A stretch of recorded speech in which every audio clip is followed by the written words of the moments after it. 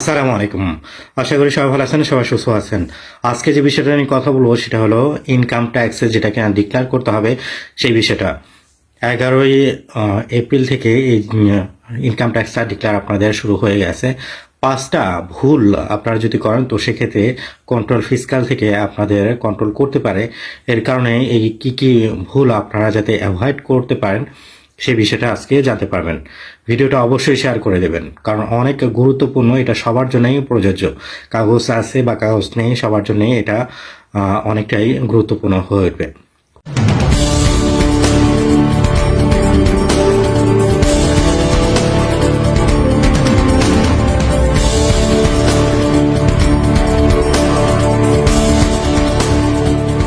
প্রথম যেটা কিনা ভুলে যায় মানুষ সেটা হলো, যদি কিনা আপনারা কোনো বাসস্থান ভাড়া দিয়ে থাকেন সেই বাসস্থানের ভাড়া যেটা পান সেটাকে ডিক্লেয়ার করা। অনেকে আছে ইচ্ছাকৃতভাবে এটাকে লুকিয়ে রাখে, কিন্তু যদি কিনা তারা জানতে পারে বা বুঝতে পারে তাহলে কিন্তু এটার অনেকটাই ক্ষতি আপনাদের হতে পারে। দ্বিতীয় যে ভুলটা সেটা হলো, অনেকেই রয়েছে যে তাদের বাসস্থানটা তারা ভাড়া দিয়েছে এবং ভাড়াটা শর্ট টাইমের জন্য দিয়ে থাকে। নতুন নতুন যে প্ল্যাটফর্মগুলো রয়েছে, উদাহরণস্বরূপ এয়ারবিএনবি বা বুকিং বা অন্যান্য যে প্ল্যাটফর্ম রয়েছে, 1 রাত বা 2 রাতের জন্য দিয়ে থাকে, সেইগুলো ডিক্লেয়ার করতেও তারা ভুলে যায়।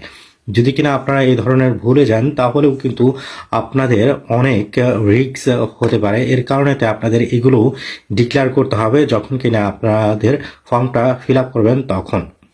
তৃতীয় যেটা রয়েছে সেটা হলো, অনেকের ডিভোর্স হয়ে গেছে, বাচ্চাদের দেখাশোনা করার জন্য তার হাজব্যান্ড থেকে বা স্ত্রীর কাছ থেকে একটা খাবারের টাকা পাচ্ছে এবং তার দায়িত্বে যে বাচ্চাটা রয়েছে সেই টাকাটার দোনোটার যে হিসাবটা আছে সেটা উল্লেখ করতে তারা ভুলে যেয়ে থাকে।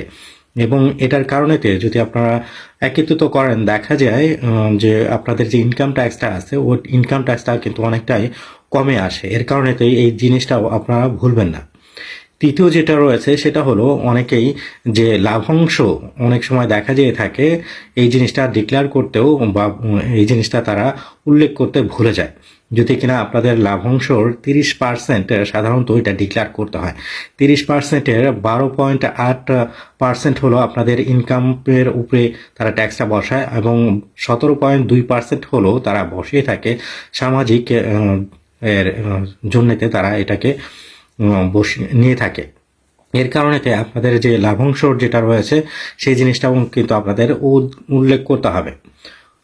5তম যেটা ভুল মানুষে করে থাকে, যেটা কিনা আপনাদের অ্যাভয়েড করতে হবে, সেটা হলো ইনকাম ট্যাক্সের ক্রেডিট যেটা কিনা অপব্যবহার করে থাকে সেই জিনিসটা।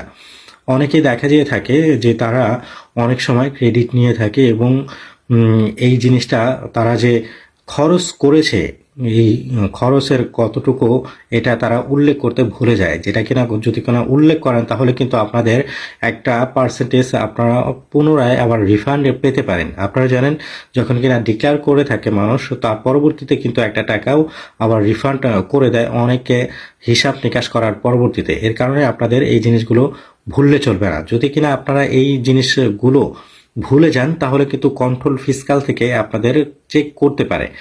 এখন আসি, যদি কিনা আপনারা ভুলে যান কি ধরনের রিস্কে আপনারা পড়তে পারেন। অনেক সময় দেখা যেয়ে থাকে যে একটা বিষয় জানা নাই, সেই জিনিসটা তারা না উল্লেখ করতে পারে। এটা যে ভুলটা আছে বোনফোয়া, তার মানে হলো আপনারা ইচ্ছাকৃতভাবে ভুলটা করেননি, না জানার কারণে তো এই ভুলটা হয়েছে।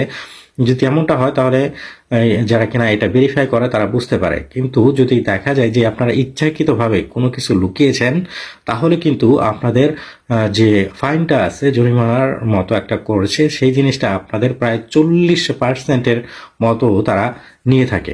এর কারণেতে আপনারা এই জিনিসগুলো কখনোই ভুলবেন না।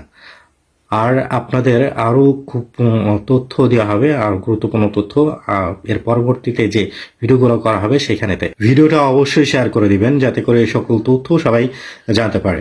আসসালামু আলাইকুম।